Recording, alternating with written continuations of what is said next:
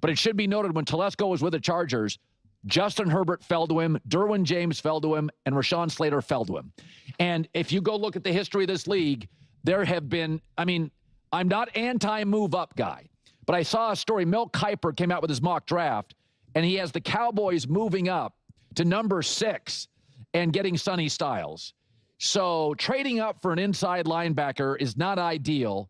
According to Mel, Dallas would surrender the 12th pick and the 20th, and they would get the 6th and the 39th. Not what I would do. Because I think at that 12th pick, you may be able to get the best corner in college football, Delane from LSU. And LSU is a cornerback and a safety factory. So, and I also think there's enough really good players around 10, 11, 12, 13, 14. I don't think there's a big gap. Like Spencer Fano, the tackle, you could say, well, he's not as good as Styles. It's a more important position. Well, Mekhi Lemon isn't this, isn't that, and Dallas isn't going to take him. Well, but it's wide receiver. It's a more important position. So I wouldn't do it. I think trading up in a weak draft for a linebacker feels like, to me, paying full sticker price for a used car. Like, it's just not a smart decision. Doesn't matter how good the car is. Doesn't matter how good the linebacker is. That doesn't feel like the right move. I am not anti-moving up. So last year, Seattle in the second round moved up for safety Nick Amanwari. And that was a great move. I said it the day after the draft. That's the best second-round player in years. Everybody I knew loved that safety. I don't have a problem moving up for Lamar Jackson. But that's not this draft, and linebacker's not that position. I'll give you this. The last couple of years, let me give you 2 teams that have moved into the top 10, which is being suggested by ESPN's draft expert. I'll give you 2 teams. Vikings did for J.J. McCarthy. How'd that work out? And the Jags did for Travis Hunter. Yeah, and I bet you privately they regret it. Travis Hunter's going to end up being a really good corner. But the Jags got better last year when he stopped playing. All right. Let's dive into this. I enjoy using history as a frame of reference and pulling specific examples for concrete transactions, concrete events that have already taken place. And other times I couldn't care less about the past because it feels completely irrelevant to me. The most famous instance of me saying I don't care about the past is when we're having certain discussions and I say, I don't care what happened in 2018 or 2019. I don't care that Patrick Mahomes won a Super Bowl back in 2019 or whatever, right? But I will reference something like the Los Angeles Rams winning their Super Bowl, not because of, yeah, that's wonderful. Matthew Stafford is great, look at the choices that franchise made. Right? Trading for Matthew Stafford, acquiring Von Miller, OBJ, right? In the middle of the season, and so on. So for me, I always try to carefully navigate when talking about what other teams have accomplished, how we can use the past as a reference point in the broader history. And I'm always annoyed when we do this with the draft. When people say, well, so-and-so traded up into the first round, and look how that turned out for them. And it's like, the draft is the Wild West, man. It's such a casino that trying to always use that as a reference point, and so many different franchises are run differently. They have their own unique timelines. It's all over the place. And Jerry Jones has drafted incredibly well for years upon year. Say whatever you want about Jerry, he has drafted exceptionally well, and he has built really strong teams. Again, since Dak was drafted, the Cowboys have been at the top of the NFL in All-Pros and Pro Bowlers. It's the Ravens, the Cowboys, they've built excellent teams. So if a team like Dallas is going to be aggressive in this situation, you want to play the game of, well, look at the history of teams that have moved up or whatever. There are certain teams that I'm going to put into a separate category. Teams that have a strong track record of making moves that have worked out. And again, I understand the Cowboys haven't won a Super Bowl or even reached the NFC Championship game, something I've criticized them for. And I wasn't crazy about how the Micah Parsons move unfolded. So I'm not here just saying, well, the Cowboys have made good moves in the past, therefore everything they do is great. That's not at all what I'm saying.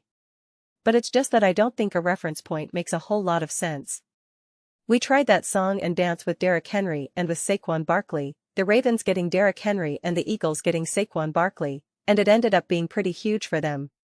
So I'm just saying, it's kind of meaningless for me in that regard. My take, and honestly, Colin's talking about all the different possibilities, and now we're looking at Mel Kiper's mock draft, and it's like you're trying to factor in who trades up and saying, Colin's like, I think the Cowboys can get the #1 corner in the draft. But I find it so chaotic. Such chaos that as soon as I realized I'm going to be making another video on the draft, I look at this and I see, okay. I immediately look at 8 days until the draft, and I just think, we can't get there soon enough. We cannot get there fast enough because the speculation drives me crazy. We don't know who's available. We don't know who can actually trade up or who can't trade up, who's going to trade down. It's just too chaotic. I find it exhausting. I find it exhausting constantly trying to invent who I think will or won't be available.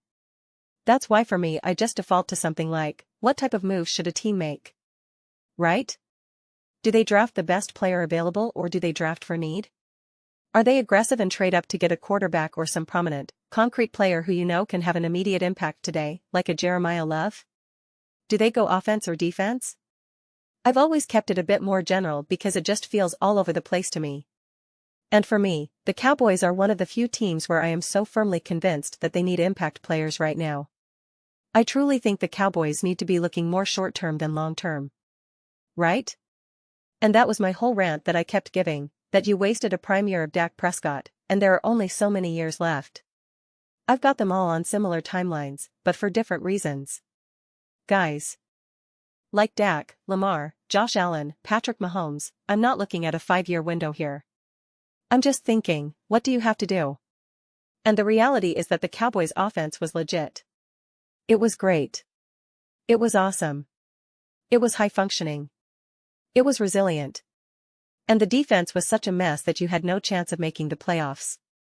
And even if you did make the playoffs, everyone tried to force an air of if the Cowboys get into the playoffs, look out, they're the most dangerous team. But when you really think about it, if you have to go up against Seattle, if you have to go up against the Rams, you just think, you're not going to keep up. Even if you got that defense kind of functional, their defense, especially the Seahawks defense, is good enough to at least slow down the Cowboys offense, no matter how great it was last year. And their offense was certainly good enough that even if you raised that defensive floor a little bit, it wasn't going to be sufficient. It wasn't going to be able to hang. So the gap was just too large between their offense and defense. And so you need immediate impact players, players who are going to make an impact right now. Immediately, not in a couple of years. Right now. Immediate impact players.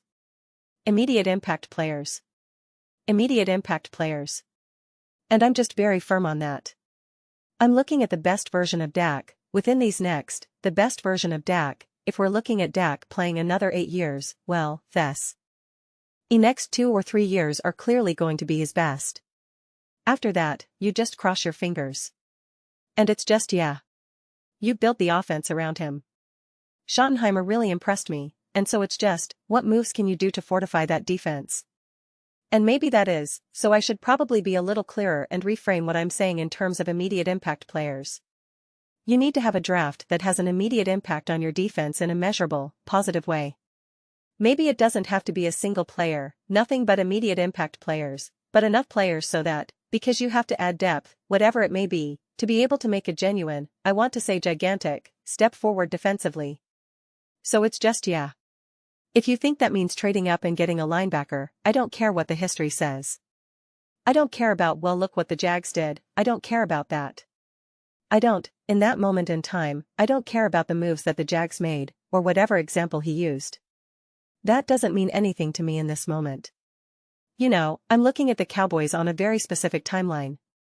A very specific timeline. So you know, Dak Prescott is turning, would that he were turning 23. Actually 23 years old, you wish. He's turning 33. You know? It's time to get after it. Time to put the best version of this team right now. Right now. And I know I've repeated this so many times. I know I have. And I'm sorry. But I just can't get past it. That's why I'm still so annoyed about how the Micah Parsons trade unfolded. Because if Jerry had done it earlier, you would have already been able to draft players that are now in year 2, you would already have filled some needs that then make this draft a lot clearer. Not only does it make this draft clearer, but then you also already have players who have already been developing. They're already in year 2. They have continuity with the Dallas franchise, all that type of stuff. And again, as I gave credit to Jerry, that was obviously a move I didn't like, or at least how it unfolded, and your defense suffered the consequences. Your defense suffered the consequences, and therefore your team suffered the consequences, and therefore you wasted one of the last batch of prime years of Dak Prescott. That's not something we can overlook. A quarterback at the end of the day truly only has so many great seasons in him. And I don't even mean, well, of course, if you play for 15 years, the first couple of years you're learning, and the final couple of years you're not quite the same. I don't even mean it that way. I just mean in terms of, whether you're Patrick Mahomes, whether you're Tom Brady, you only truly light things on fire so many times. No matter how great these quarterbacks are, obviously, it's not just year after year after year. Just look at Stafford. Stafford had the season of his career, of his life. The season before that, his numbers were more similar to Jalen Hurts' numbers, more than people want to realize or acknowledge. And so there's always a degree of variability. In a lot of ways, especially a quarterback's career, the career as a whole, is actually very similar to a basketball player's make or miss chart in a single game. He makes a couple in a row, misses a few in a row, goes on a tear in the third quarter, knocks down back-to-back-to-back threes, misses back-to-back-to-back threes, and that's really what it comes down to. And so I look at it this way, when you really have a quarterback put up an awesome season and just look like he is locked in and loaded, when we watch it, sometimes we think, well, that is just who that quarterback is, or that is who he always is, or that's always what his potential is. Even a quarterback like Mahomes or Dak or Stafford, even though the potential is always there technically because we've seen it, we feel like, oh, that's their potential. Right?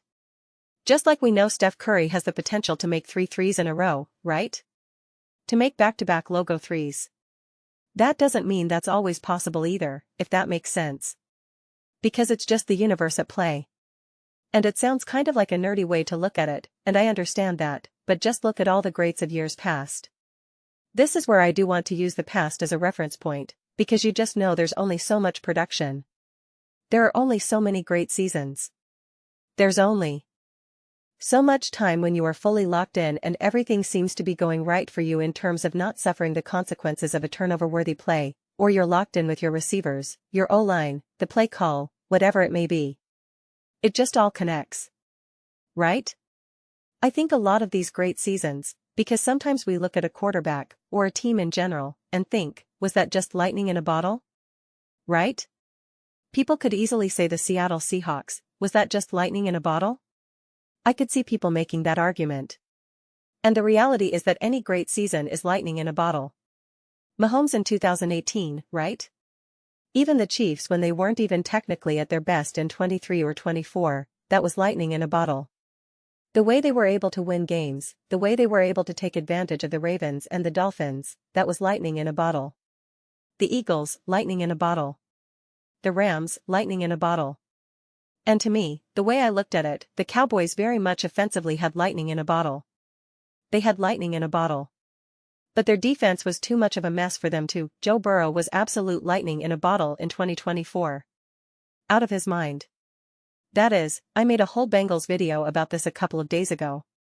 It's just that this is more of a tragedy than people realize, wasting that 2024 season.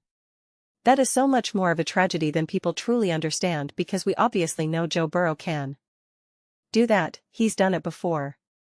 Right? We know it. But the fact that you weren't able to legitimately take advantage of it is such a massively missed opportunity. And the Cowboys cannot put themselves in a similar situation. So I'm not going to pretend like I have the exact answer for what they should do in the draft. But I am an absolute firm believer that you're not, well, don't draft someone right now where you're kind of like, I kind of see the potential, I kind of see that this is maybe a bit of a work in progress or this or that. It's like you have to get this right now. Right now.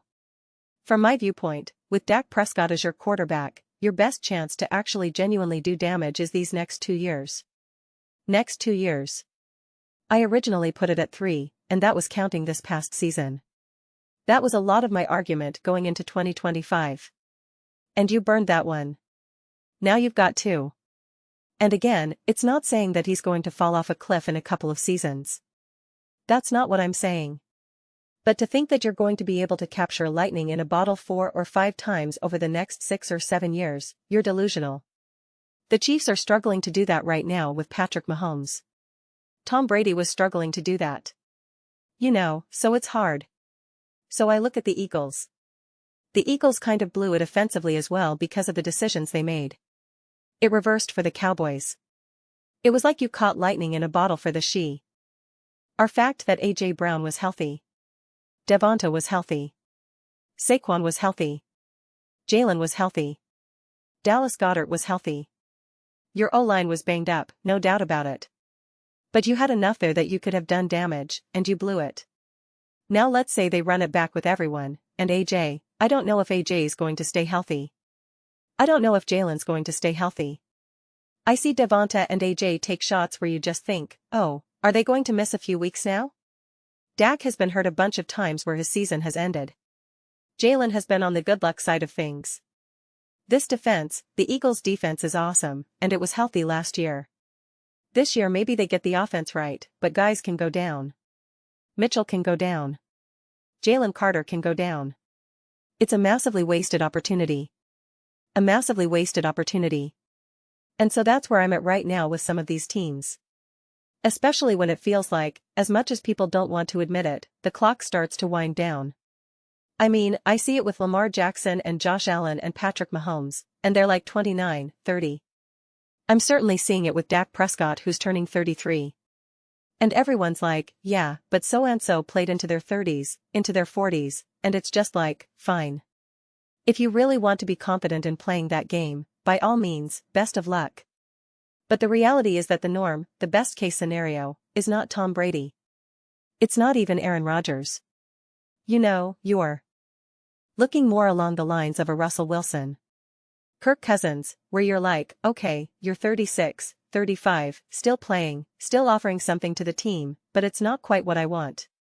It's not quite, you're kind of like, and you're not at that spot right now with Dak. You will be sooner than you realize, where you're kind of like, he's still good.